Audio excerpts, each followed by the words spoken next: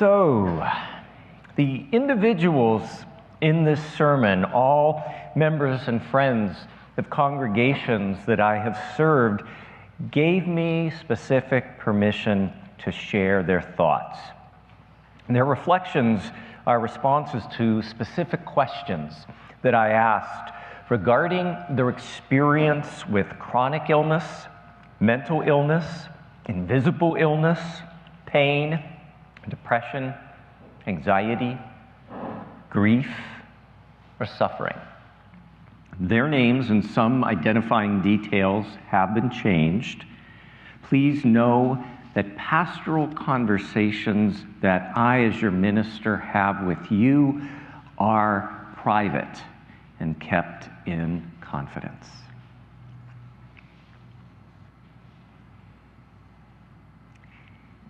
Let's meet Jerry and Dante. Jerry and Dante board a plane to Amsterdam. They're beginning a short vacation to visit their adult daughter, the first time they've ever gone to Europe. They arrive, they pass through customs, and they settle down in their child's small but cozy apartment. 5 days later, Jerry doesn't wake up. Struck by a severe bacterial infection, Jerry remains comatose for months. A beloved and accomplished medical professional, beloved for her warm care of others, Jerry finally awakens to discover she's unable to hear, she's unable to walk, and her brain doesn't function as it once did. What happens when routine life is torn from our hands? What happens when trauma reshapes our future? What happens when what others know as normalcy will never again be part of our world?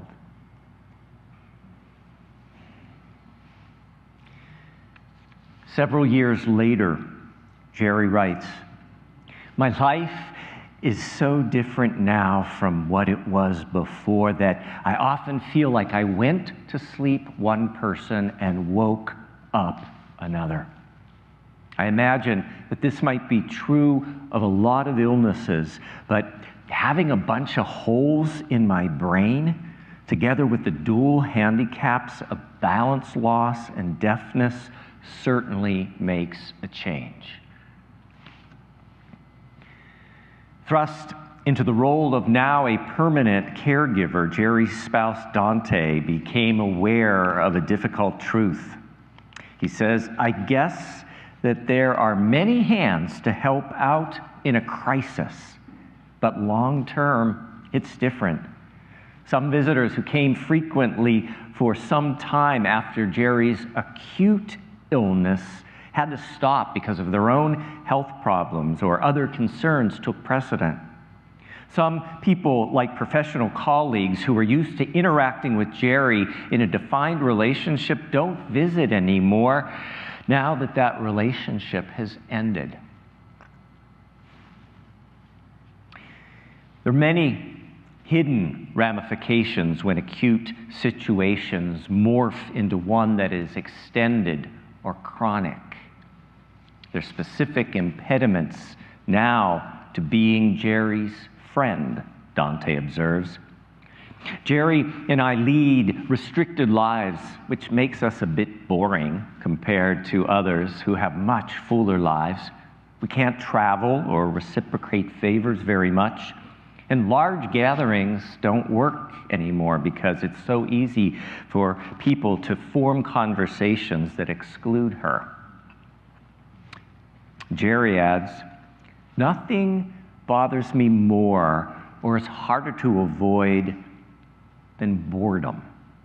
When a friend comes to visit and talks to Dante without writing their conversation on the board or the computer, when I have to wait while Dante prepares a meal, when I'm waiting for church to start, It doesn't take long for me to become intolerably bored. The friends that visit or on schedule or occasional basis have made the difference between a life of quiet desperation and a reasonably pleasant existence. A life of quiet desperation or a relatively pleasant existence. Quiet desperation is the norm for many struggling with a life issue that will not go away. Ilana, parent of 2 children, remembers, when my second child was diagnosed with autism over 2 decades ago, it was not nearly as commonplace or as understood as it is now. I knew no other family member dealing with a diagnosis or daily challenges. And what I read told me that my kid would be incapable of forming emotional attachments, loving or feeling the love of others, or experiencing joy. I was devastated for them, for their sibling, and for me. My sense of loss overwhelmed me for much of the first few years of parenthood. It isolated me. I isolated myself from people around me who weren't able to understand my experience.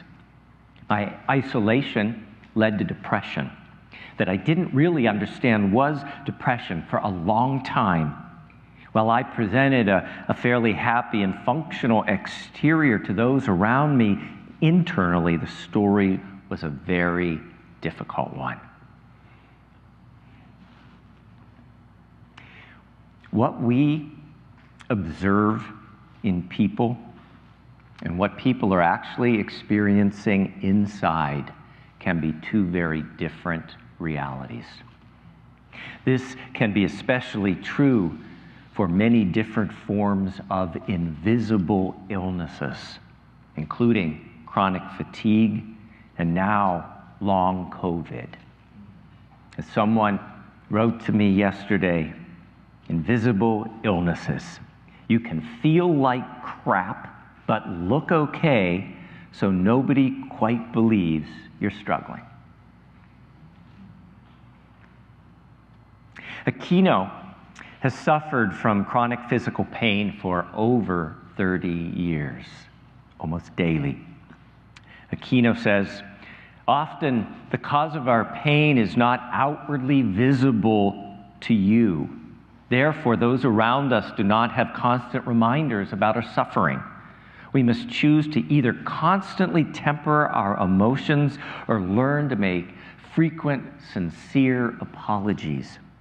Unlike broken legs or a bad case of pneumonia, chronic pain sufferers usually cannot anticipate an end to our illnesses. No time limits, no usual duration prognoses, and no lights at the end of the tunnel. We don't have that dangling carrot that prods us on through our pain in hopes of an eventual reward. It's not surprising that sometimes depression is a byproduct of such a life situation.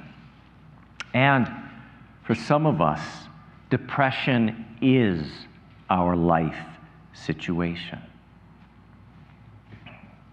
I've suffered from severe depression for more than 50 years, says Quinn. Acceptance is the first word which comes to mind, not just society, acquaintances, friends, even my immediate family, but accepting myself, that what I suffer is a real disease with real, concrete, debilitating effects. Quinn continues, one of the unfortunate results of my severe depression is the inability to maintain a balanced view of one's world and, in fact, life itself. Even as I write this, even in the face of insurmountable evidence to the contrary, there still remains a sliver of doubt in my mind that depression is not just some vestige of poor self-discipline. Quinn continues, sometimes I think it would have been better to have lost an arm or leg in some respects. Not that those who've lost limbs do not have even greater suffering, but the loss of a limb is at least visible and a real reminder of a disability, whereas depression is hidden and therefore is both more ominous and isolating. Quinn continues, at its worst, depression is like an oppressive weight that clouds my mind, spreading negative thoughts, fear, and anxiety in overwhelming waves with little respite during an episode. In the midst of these thoughts, I can barely function. Thoughts about my worthlessness, uselessness, and lack of purpose preoccupy and dominate my mind, or I'm just numb. In such a context, it's easy to see how I have difficulty interacting with people. I have difficulty going to work, which is why a depressed person sometimes withdraws altogether from social interaction. Out of this mindset, says Quinn, it follows that thinking about ending one's life is not so illogical. Quinn says, I have an excellent therapist and psychiatrist, an integrative medicine practitioner, and my medication, and I'm still here. I urge that those of us who are struggling with depression, anxiety, or thoughts of death by suicide, reach out to someone, to me, to a hotline, to a friend or a family member, a therapist, or your doctor, and talk about what is happening. Ask about medication or a change or adjustment in your meds. So many of us are supported by meds, and there is no shame whatsoever in using those meds. Could I get an amen, please? Amen. In the face of depression, in the face of invisible illnesses or chronic pain, in the face of a diagnosis that alters our life, in the face of a child with lifelong challenges, in the face of deep grief, in the face of the myriad of ways we human beings can suffer and be challenged, how do we begin to claim even hints of hope? Ilana remembers, it wasn't until my child was 5 years old that I began to emerge from that difficult place. It was around the time I stopped reading about their diagnosis and began finding my own way with my precious child. I could see that they most certainly did respond to love, and that was the beginning of hope for me. In the infancy of that hope, Eliana says, I entered into relationships with my now husband and into this church community, and both helped draw me out of my isolation. My partner saw that I needed some professional help, and they insisted that I not put off getting that help.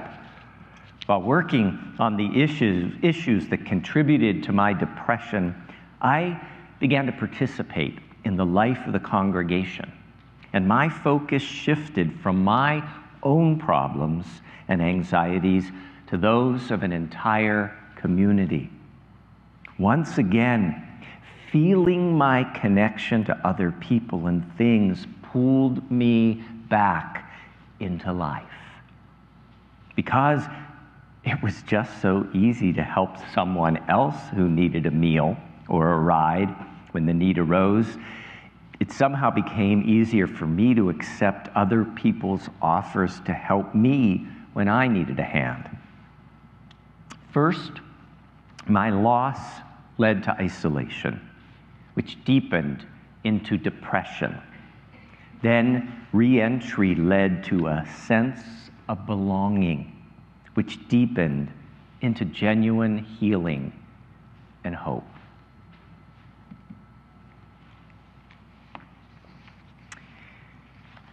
How can we accompany a person as they stumble toward hope? How can we avoid perpetuating the expectation to just get over it? How can we companion someone in the exhaustion that comes from the magnitude of what they are facing?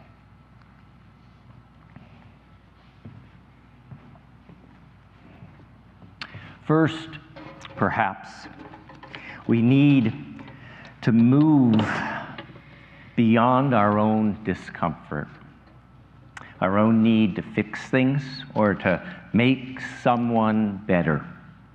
We have to be willing to feel totally helpless in the face of someone else's pain and struggle. And dear ones, this is not easy. We're going to have to look and not turn away. We'll need to give permission for everything to not be okay. We'll need to listen as much as we're able. Speaking of their own experience, Aquino says, because we know that even the most caring and sincerest of our friends, family, and loved ones don't really have the patience or the interest to hear about our daily adventures with pain, we try to become experts at forcing a smile and putting on a party face. But there will be days when we don't have the enormous amount of energy required to put on that happy face just so that we can make you comfortable. Sadly, we may become withdrawn and avoid social opportunities. If you still invite us to social events, we'll probably leave early because we're in pain, but you'll probably think it's because we didn't like the event. If we pass you in the hall, we may have learned to survive by glancing down at the floor so that we can avoid inventing yet another creative and upbeat answer to the inevitable question, how are you? You probably think we're rude. If you'd like to afford us a rare opportunity to respond with a positive answer, please try to ask, how are you feeling today? That gives us the chance to potentially say, I'm having a good day today. Our good day probably won't last for 2 days. But if you recognize that we seem to be feeling well on a certain day, take the opportunity to ask how we feel today. You'll be giving us a huge gift. Aquino adds, gently but pointedly, if you are a friend or a family member who cares enough to understand us rather than label us, make a lunch date with us. And just come prepared to be with us and to listen. One church member says, even if I were able to communicate the terror I sometimes feel, most people are unwilling to hear it. But often, that's all one needs. To simply talk about it, to get it out so you can begin to face the next day or the next hour. The most helpful thing is to offer to listen without expecting to solve anything and to realize that the listening will not cure the person, but it will bring the sufferer relief, renewed self-worth, and a sense of belonging again, temporarily. That is what I call hope. One church member says, "I survived because I absolutely refuse to give up. I'm stubborn about that. I cope because I believe there is love, an energy of incredible power and passion. I believe that in spite of everything that I suffer, I am occasionally imbued with that same power, one well beyond my own, and I am able to communicate with this love. Even those brief glimpses are enough to keep me striving to live and love, which helps me get beyond myself and to see that there are things much greater than I." Ileana continues, "There was a time when I thought I wouldn't get back up. And I think that some people don't. It's close to impossible to get back up without help and without support. And even after regaining one's footing, stumbling and falling again is more common than not. We just have to be compassionate with ourselves during those falls, as we are when others take that fall.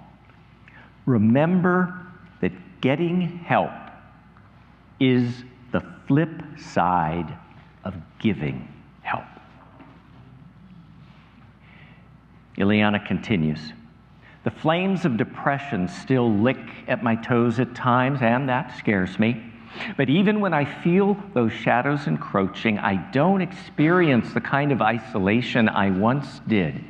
I have this church. I have my minister and a handful of trusted friends. I can tell that I'm in a bit of trouble. I can tell them that, even though, admittedly, it's really still hard for me to do so.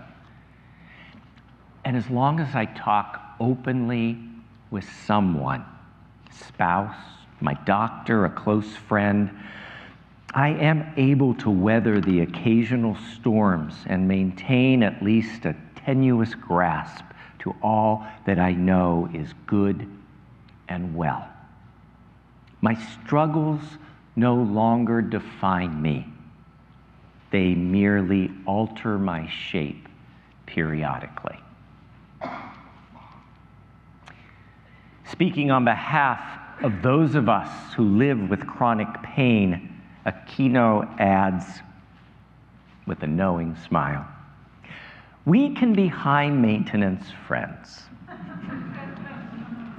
If you choose to stick with us as a friend or to live with us as partners or spouses, give yourself a hug every night before you go to bed. You deserve that and more. And we'll try to give you those hugs of appreciation whenever we can remember.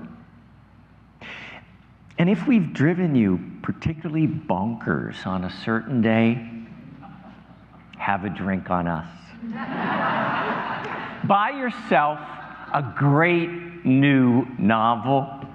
Eat a piece of decadent chocolate cake. Listen to some favorite music. Take a walk. Devour a half bag of M&Ms. You deserve that too. And thanks so much for walking this journey with us. Que así sea. Bendito sea. May it be so. Blessed be. Amen.